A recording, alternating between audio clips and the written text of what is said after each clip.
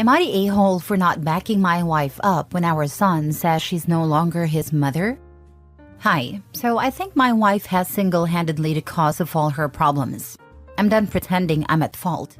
Kind of done with her in general, and I see divorce at the horizon like a bright sunrise. So me and my wife got together in college. Things were fine, and I proposed when I was 23 and she was 22.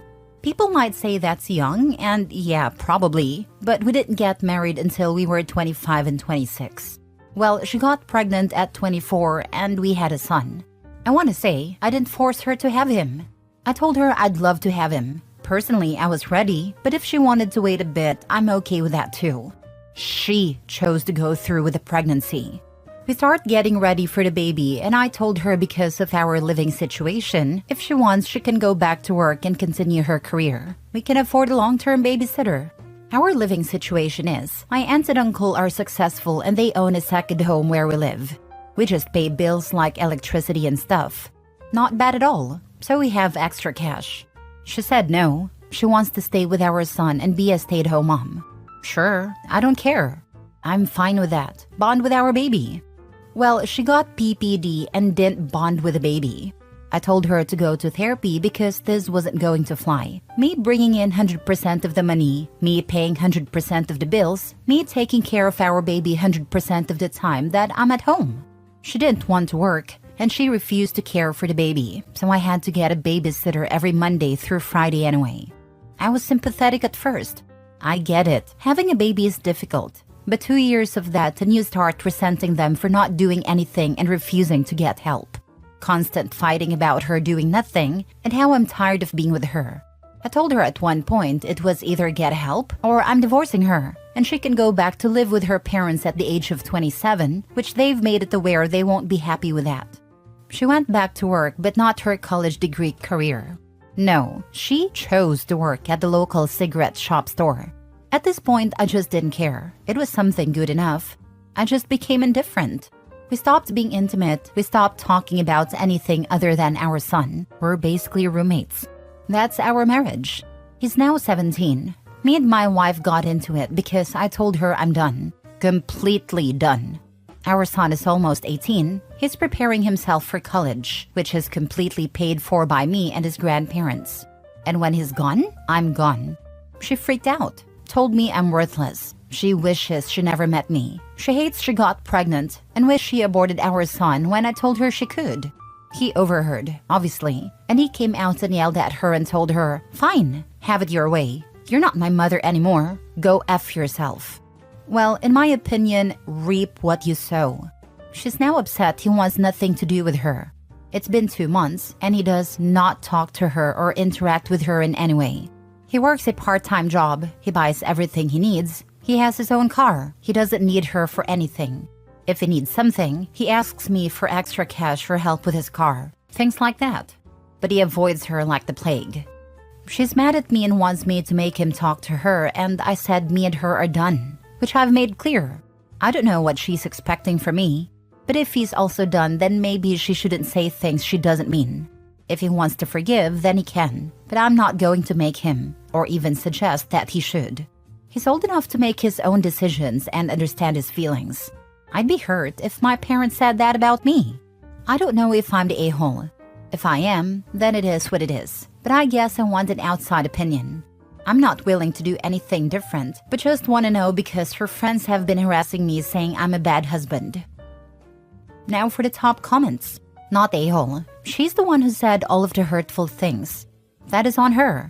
I understand your son's position. He is not in the wrong. Just keep a strong relationship with your son and let him know that you never regretted having him as your child. Her friends can go piss up a rope.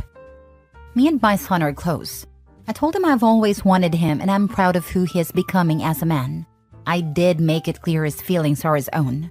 If he ever does forgive his mother, then that's great. If not, then that's okay as well. It's his life. Despite her thinking so, I'm not encouraging his behavior, but I don't disagree with it either. Are you going to divorce her? I am assuming you stayed married for your son. Please go have a life and be happy. You are young, and whoever you meet, you will at least know what you don't want.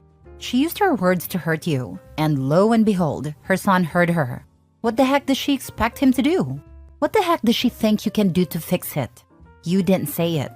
She's suffering the consequences of her actions. She's going to have a very long road ahead of her, waiting for your son to forgive her. I can also promise you that your son doesn't want you to suffer for him anymore. Stand strong for yourself and your son. Don't give her anything anymore. Just let her find her own way.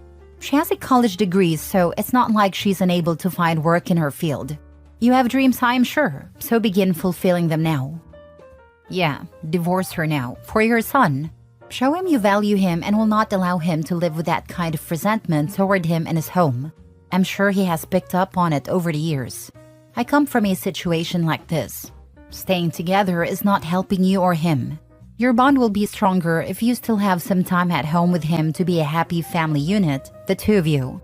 Your wife, hopefully soon to be future ex, will only negatively color the time you still have at home with your son before he leaves.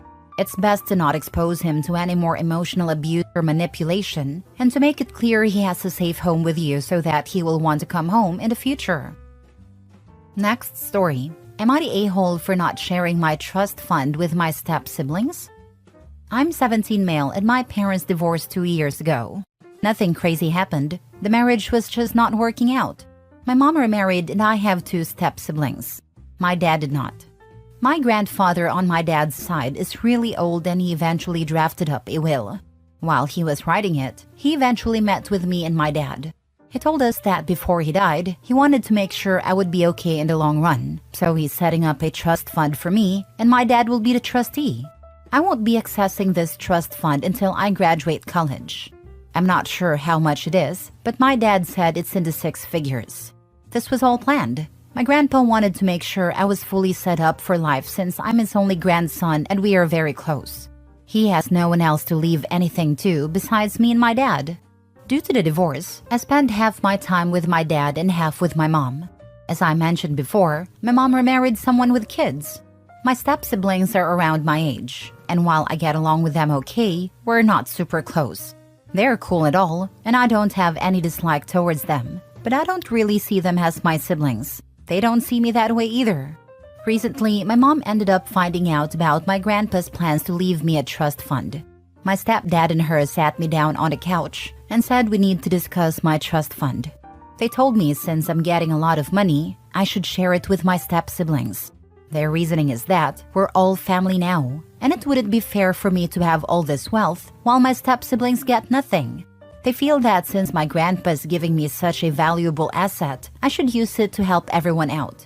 Especially because my step-siblings aren't in a good financial situation and will need to afford college. While I understand where they're coming from, I don't think it's fair to expect me to share the property. This trust fund is coming from my grandpa, who has no relationship or obligation to my step-siblings. He specifically wants me to have it, and it feels wrong to go against his wishes by giving part of it away to people he's not connected to. I also can't access this money until I graduate college, so it's not like I can even do anything with it right now.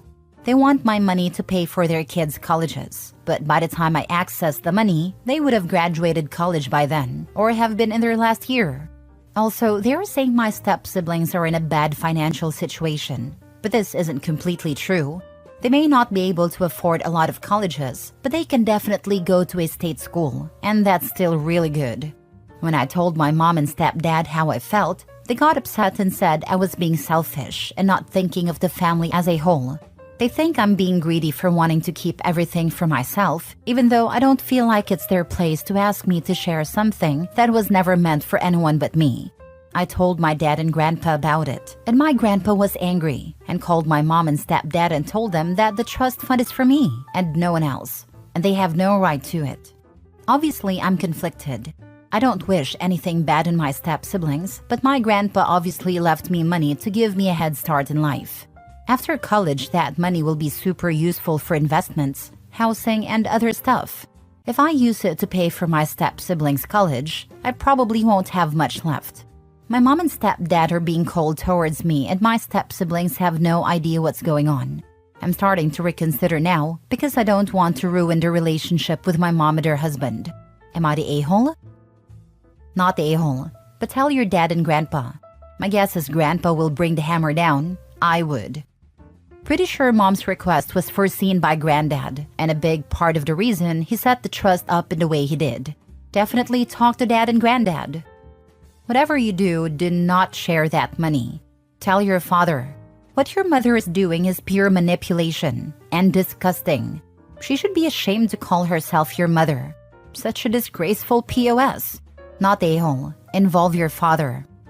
I did. He called her and basically yelled at her for it. As the trustee, he told me he will make sure my mother will never see a penny of that trust fund. Since you are 17, see if you can live with your father full-time. They have shared custody of me, so I don't know how that would work. It's only 1 more year, then I could do whatever I want. I know, but I'm just concerned about the emotional and verbal abuse you may go through living with your mom. Right now it's silent treatment, but I'm at my dad's, so it's going well. Thanks for the concern. Next story. Am I the a-hole for telling my daughter I won't budge even if she never speaks to me again? My daughter, Casey, 17 female, worked and saved up money for around a year to be able to afford a better car than we could buy her with our family budget. My other daughter, Alana, 16 female and has ADHD, recently got her driver's license and asked to drive Casey's car. Casey allowed it, but Alana ended up having a bad accident around 6 months ago, which basically rendered the car unusable. The insurance payout wasn't nearly enough to cover the replacement, and with Alana's medical bills from the accident, thankfully there was no permanent damage, just a broken arm and leg. There was no way we could afford to replace Casey's car immediately. Alana was very apologetic to Casey, and so were we, since we couldn't afford to replace her car. Casey didn't accept our apology, and has been basically avoiding us, skipping family dinners, and pretty much pretending that her mom, Alana, and I don't exist, and only talks to us if she needs a form signed for school. I begged her to come to a family therapy session, and she eventually relented, but with the condition that Alana wouldn't be present. In the therapy session, she told us that she won't be resuming a relationship with us until we replace her car, which realistically won't be until next year. When the therapist asked how she expected us to do that, Casey said we would just make Alana work to earn the money. The issue is that Alana has severe ADHD and already has trouble managing her schoolwork. I'm worried that making her work to earn the money will harm her grades and have significant ramifications for her future.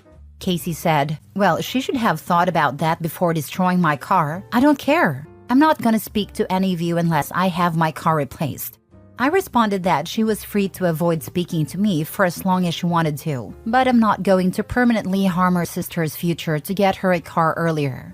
My wife agrees with me that we need to stand firm in our position, but is also genuinely afraid of Casey never speaking to her ever again. I understand that her car was ruined, but as a parent, I need to look out for all my children, not just one. I also don't want to set the precedent that emotional blackmail will work, even if what you're asking for is unreasonable. Am I the a-hole? Now for the comments. Anyone wondering how much convincing it took for Casey to let Alana drive her car?